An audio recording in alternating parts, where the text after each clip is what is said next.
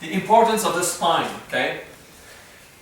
The spinal, how do you call it in English? Spinal cord? Yes. Okay. Needs to have a certain level of flexibility left-right for the chi to move. Sometimes you'd see me do the dance of the dragon, okay? That I'm not going to show today, it's not the purpose.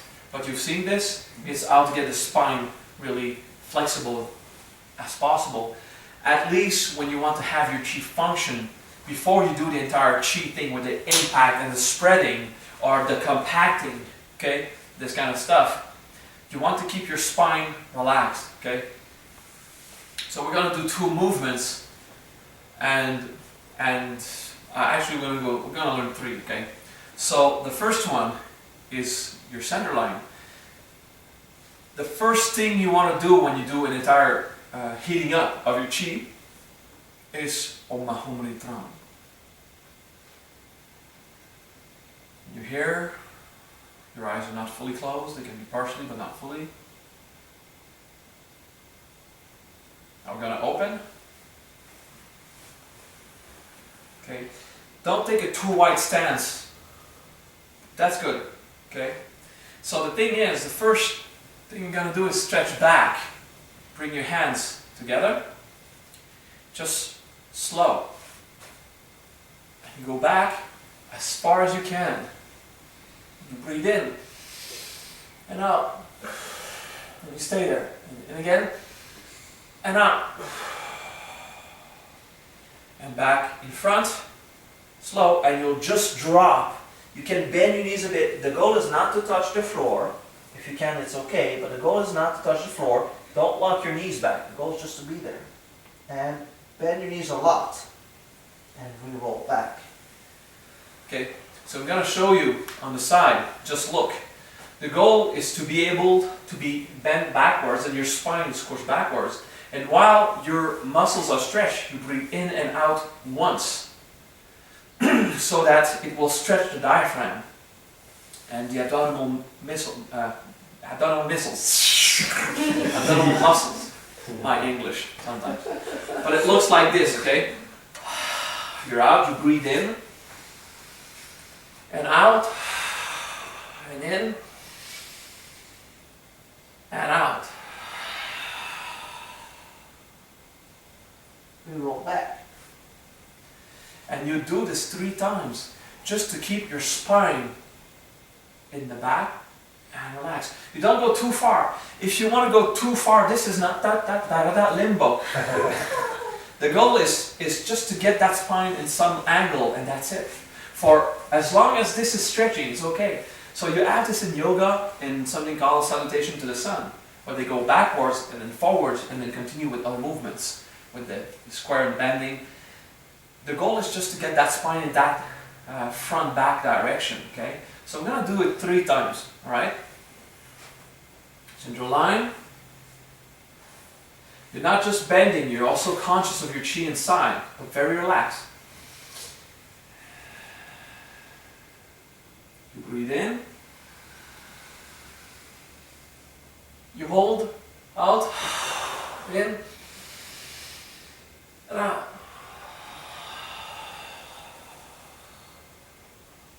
Bend the knees a lot. And roll back. Now we're just going to do 1 in-breath in this case. When we breathe in, we go back and we start to confront immediately, so that you'll see the difference. If it's too hard to take a full breath when bending back, just don't. Okay? So now just breathing in.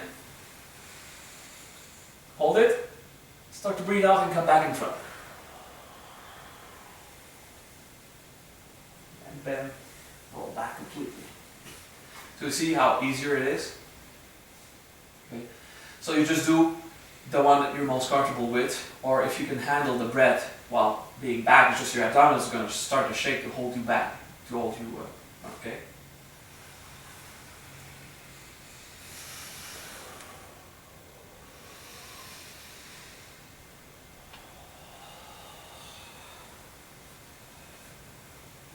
Good. So that's just to get your spine back, front a bit. There's no pressure because you don't go too far out. Then you just release it in the front. It's just to make that little flexibility, but you don't want to use up your spine. In yoga, sometimes they go further than natural bending possibilities, and they would hurt their spine. The first yogis would bend exactly how you're meant to bend.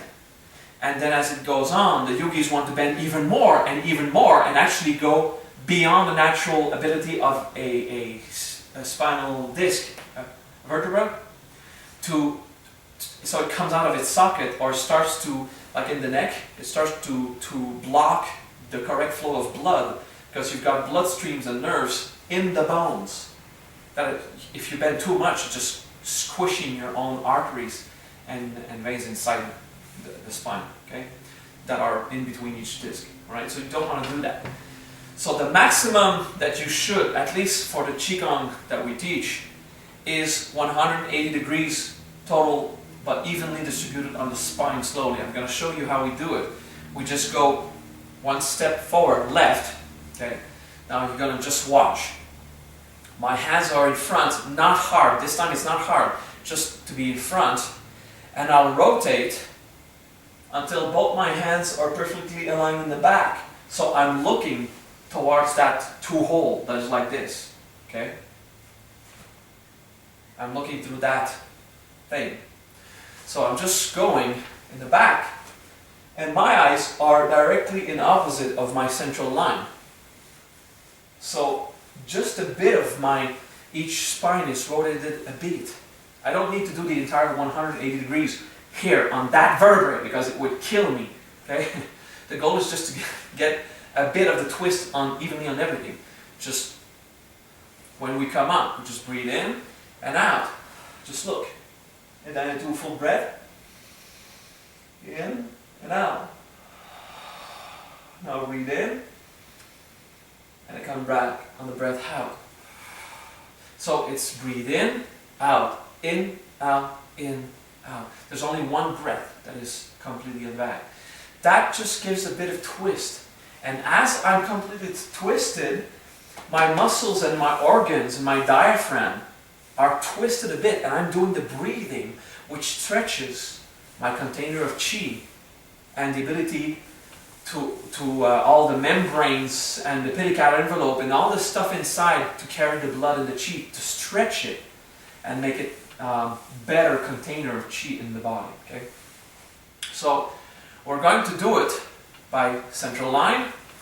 We open. Left foot forward 30 degrees. Most of my weight is on the back foot, but I'm not like this. I do have a bit of weight on the front foot. Okay? Hands up, palms outwards. You breathe in and go back. And out. Do your full normal breath. And as you breathe in, breathe out to come back. And you resettle your chi. And with your right leg in front, breathe in, out. Full breath.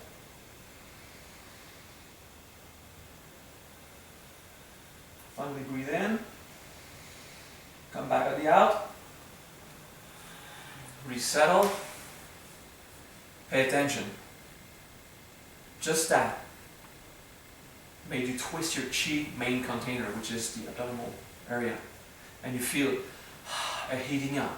Okay, so that's the first stretch. Actually, the first stretching is back and front 3 times. Okay, then you go left with the breath, right with the breath. You can do this a few times or just once. I just do it once. Then what I do is I stretch.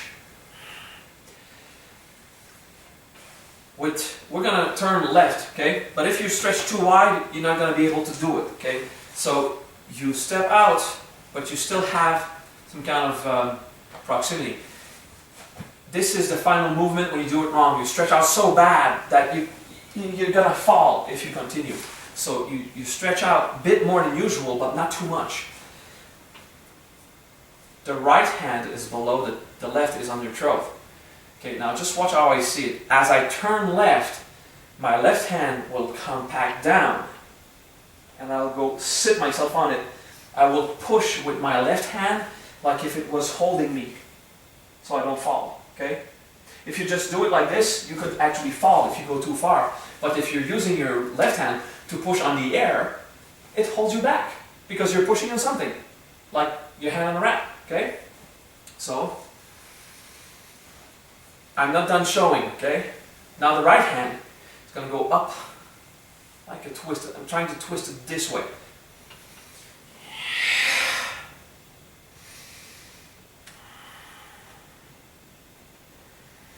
And come back like this.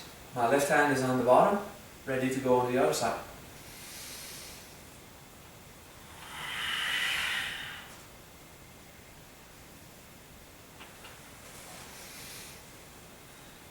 Okay, you get this? There's a lot of information.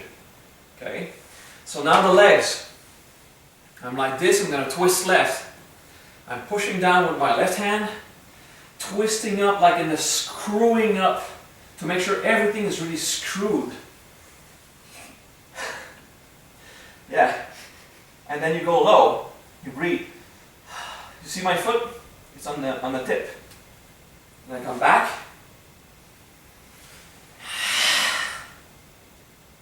And back. Left hand goes like this and back in. That's the finale, just cool. It's just let's say I come back like this. Just a special effect. Get it? Alright. We open. We do 2 inches more wide. Like this.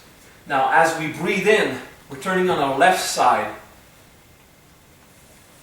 Left hand down, right hand up. And look as far as you can without hurting yourself. Breathe.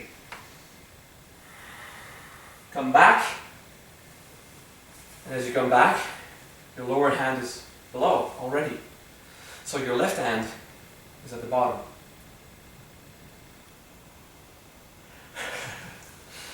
We start over. I'm going to just see how you do it. Okay? You open up, your right hand is at the bottom and your left is on top. Since you're going to turn left, your left is going to stabilize you by holding the imaginary wood log, but actually compacting your chi in the air to support you. This eventually teaches you how to, you jump and you still go like this to give you an extra inches because you're grabbing the air, making it hard to push you in further. Useful in parkour. Okay? So, left hand is up, right hand is below.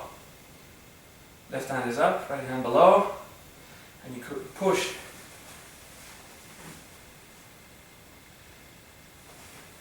Your right foot is on your toe. And you come back whenever you want. That is very used in backward jump. Those of you who've learned about this. Okay? Now Terry, both your feet were like on the ground and not twisted enough. You just went like this and everything was on your waist. We want the legs to do the maximum twisting. Okay? So actually, I'm looking here, I should be able to look close to 360 degrees, okay? Just like this.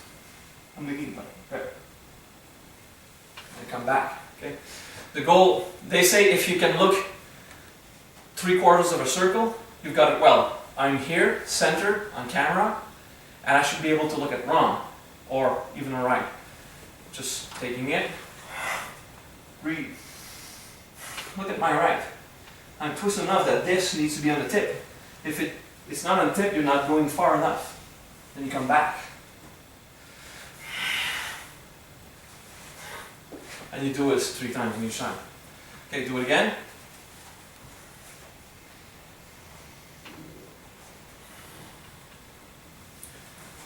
Left hand up, presses down. Right hand has to go up, up, up, up, up.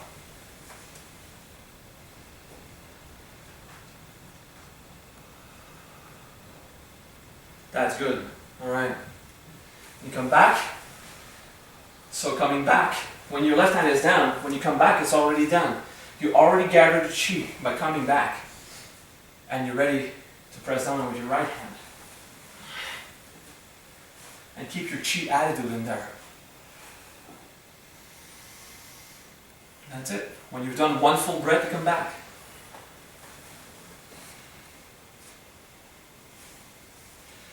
Now, with the twisting hand, the most important is the legs and the hand down and the other is just up. But just to get a bit more of that chi handling power, you twist your hand as much as you can. Like if you stretch it like this, but without pulling it. So I'm like this, and on my hand, my right hand, I try to bring it up. See, it's not just up, I'm trying to twist it, then coming back. Try to twist it. You're coming back, up. You got this? Do it once more. On the left first, then on the right, then back in front.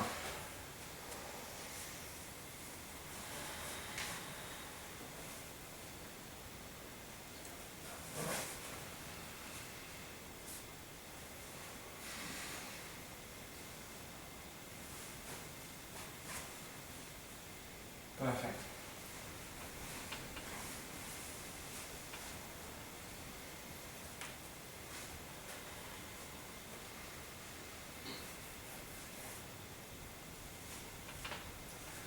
Good. We call this wrapping around the cord. Like if you're crying on a cord, but you're actually wrapped around it. Okay? Bending the spine back and forward. Then slightly left, slightly right. Then sinking in. Using one gathering and one twisting, compacting, yeah. Then, yeah. Just to get that chi into that idea of the spine twisting, there's no power and effort on the spine.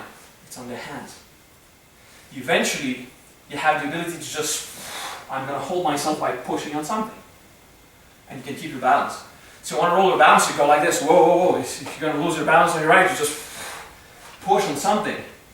Push back. Even if there's nothing. You compact it, and it gives you half a pound of pressure on your body. It's almost nothing, but you got it. You've got this. It depends on how much you can transfer your chi into Jing. Okay? I was preoccupied earlier with my ability to actually transmit you the wisdom and the training, because I have not practiced for so long that I did not know if you were going to get it. Actually, except for my diaphragm, there's just wow, I've not been breathing like this for quite a while, packing up so much chi. I'm a bit sore, but I see that you're getting it, and I feel, you know, in all the questions you ask this question because you actually live it and have it. So I'm very happy that you're getting it. Okay. So that's about the spine.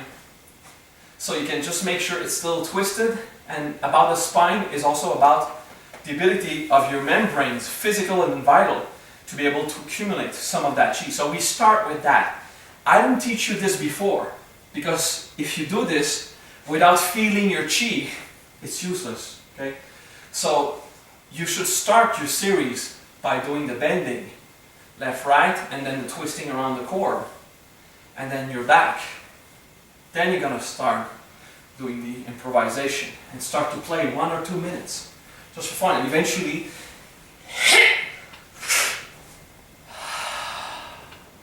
you've twisted your spine, stretch your abdominals and your membranes, your diaphragm, by breathing.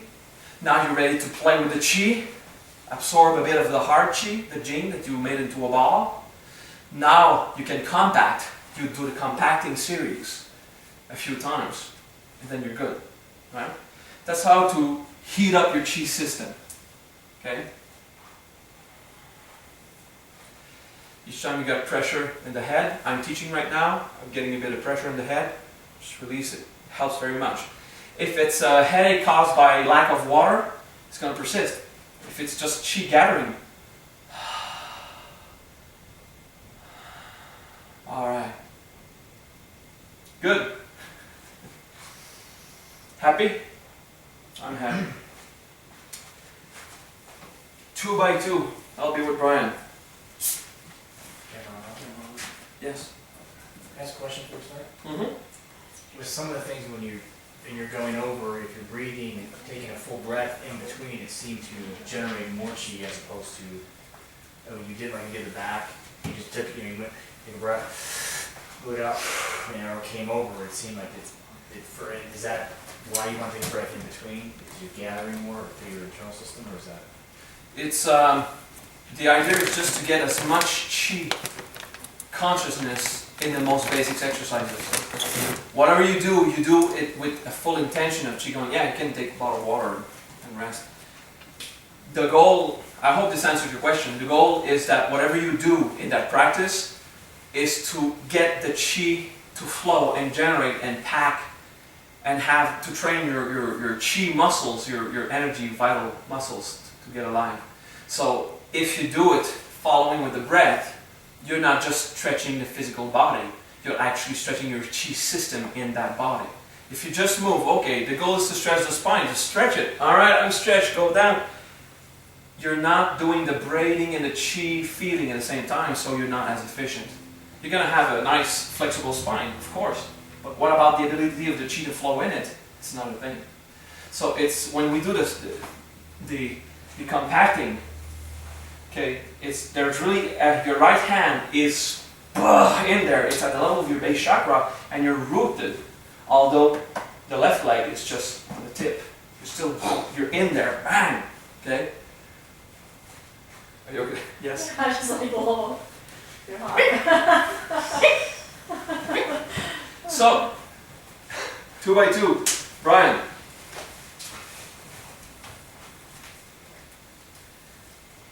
If you are stuck with the idea of combat, you won't get it. You have no mala, no necklace, you're okay? It's important to have a free chest, because we're going to hit.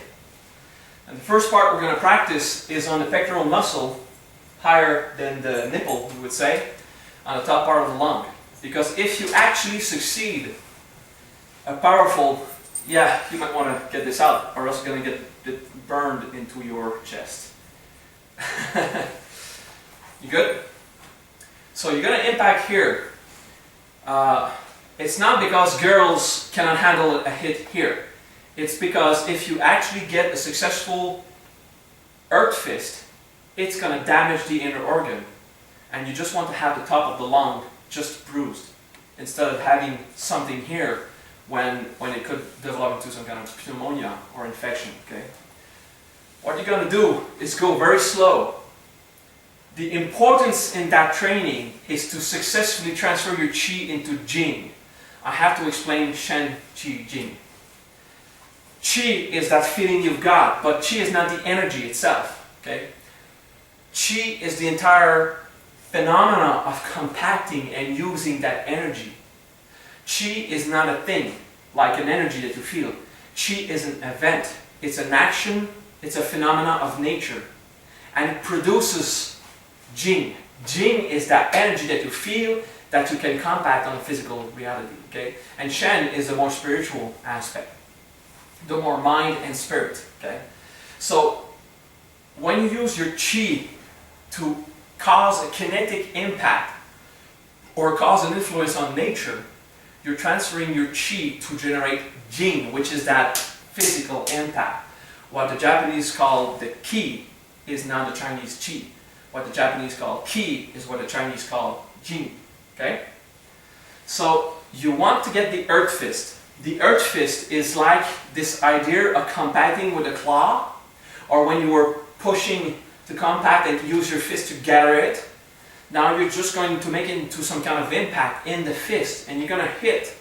And you can hit pretty much any way you want. If you're typical Kenpo hit, if you have an ninjutsu hit, Wing Chun from the center line, all this stuff you will be able to apply in your technique later. But for this one, I want you to do a soft rolling punch. The soft rolling punch is, your punch is not like this with the knuckles aligned with the arm.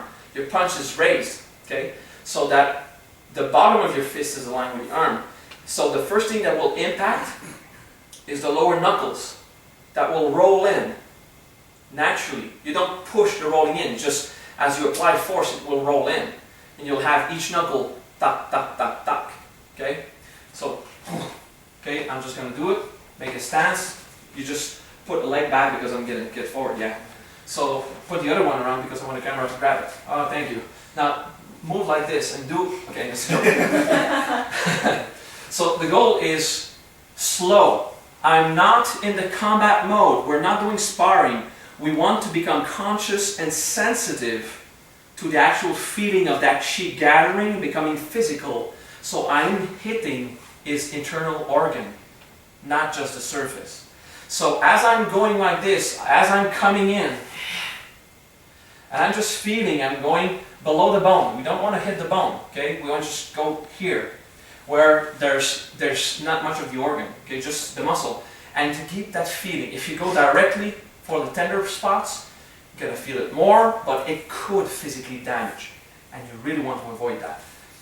I will have to teach you how to do that, and I have to teach you how to take it and absorb it and not keep that Jing as Jing. Turn it back into the Qi and flow it.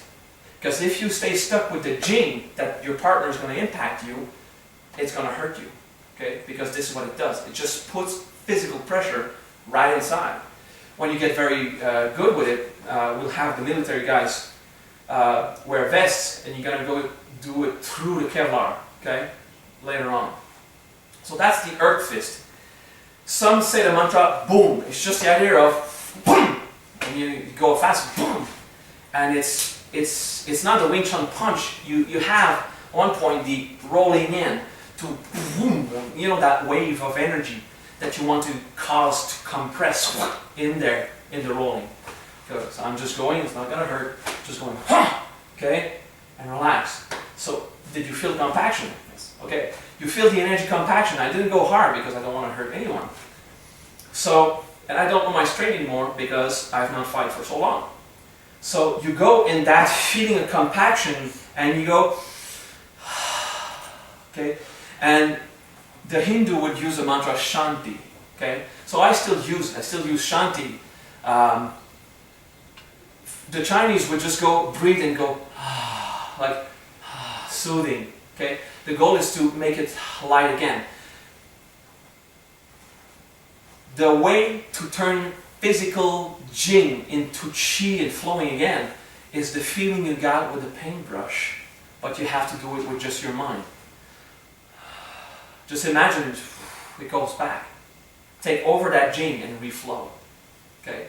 If you don't do this, you're going to do what like two of my students who actually got physically hurt because they just went so physical that they started to have trouble with the upper lung because they were so proud of doing the combat.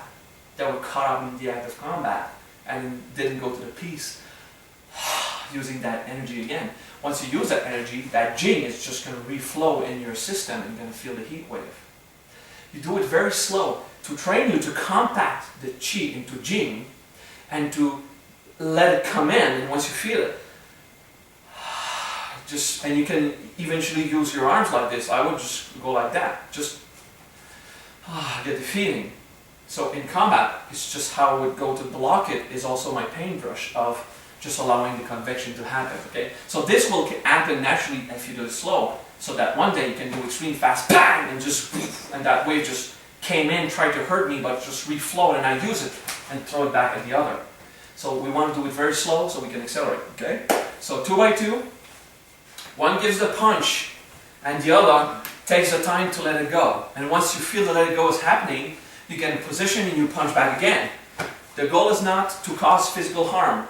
It's to give as much force that you can stay aware of your Qi.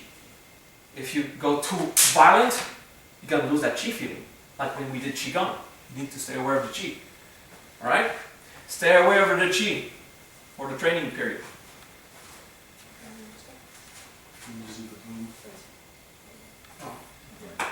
You're too afraid. Okay. Less strength, more Qi. Okay. Boom. So like 2 or 3 switch. Okay? We do 2 or 3. Let it go, let it go. Okay? Like this. That's the strength. It's just, I'm going to show you, okay? I'm not going, boom, I'm afraid. It's, I'm coming in. Roll it. You really have to take your time when you do the impact You're not going boom. You're doing, take the time, deposit it there, roll it in, and it's there. So to get the training, it's slow. Okay? You do it slow. So instead of just going boom, just go slow. Get that feeling in.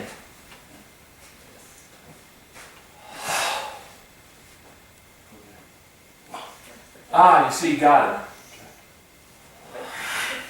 I thought his too, I was like, Okay, there's something. The natural martial art teaches you that when a punch comes in, you let it go. You don't resist it, or else it's going to hurt. But now I want you to build a feeling of gathering Jing. So go ahead. I'm not dodging. I'm not doing like this to dodge because it's a natural reflex. I'm taking it in. Because in combat, if he lands a punch very quickly, he's not going to go like this very quickly. It's just too late. The punch is in. We want to gather feeling, so don't dodge it. If you dodge it, that impact doesn't go through. You're not learning to take Jing and let it flow. Like the Shaolin monk, we just don't dodge anymore. Just take in the punch. They don't care because it's reflowing. Okay? And do one lung and then the other. Alternate. Yeah, reflex.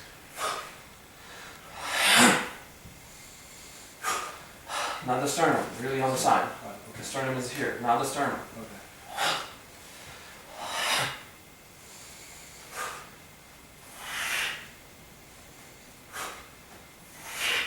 Stop. Get the Jing.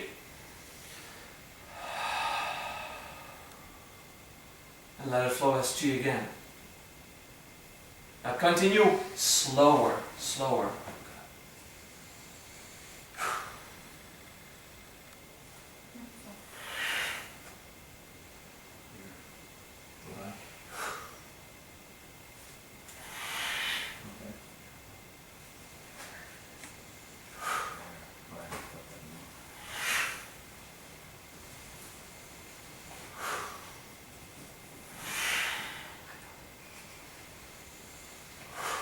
Look at the Jing, look at it compacting, and release it. Okay, now look at it, do like this. And on the side. Just make sure. Now on the surface. Make sure, yeah, Terry's very good. A bit slower, Terry. Because I feel that more and more Jing is compacting in your body. So you're not taking the time to let it flow before you re-attack. The goal is to take the entire Jing of the other and completely make it flow so it will be completely be invested in the next Jing that you put in. Okay? So we do it again. Now we do it on the sides here. Okay? So you can't hit because there's the floating ribs. Okay? So you want to be a bit above the floating ribs. And not go hard, same thing, just compact it on the side, not perfectly on the side, not too front, just right here, like 45 degree, and not on the floating ribs, just because it's going to hurt and be bothering, okay? Just, yeah, that's about here, okay? Now, this is too low, this is floating, this is good, right? You got it, yours? Yeah. That was too low, just here, yeah. Actually touch, put your point right here, okay? You see, there's a hole, that's my floating ribs. So this is where you want to hit, okay? Or else it's going to eventually irritate them for no reason.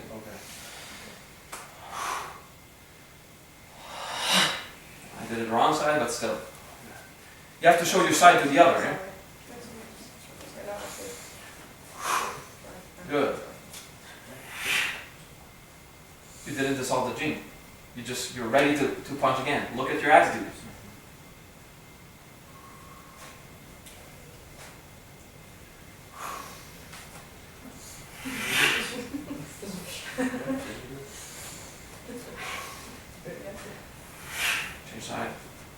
Change sides once in a while, too much thought.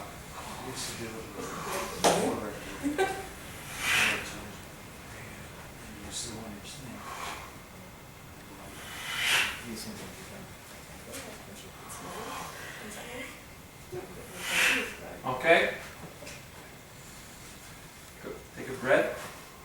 you're too slow at dissolving the Jing. It's just your mind is on your next attack. You're a warrior. It's just your mind is on the next attack. Your mind must not be on the next attack. Your mind must be on what's happening now. Just take a few breaths and gonna roll around and see how the people are doing.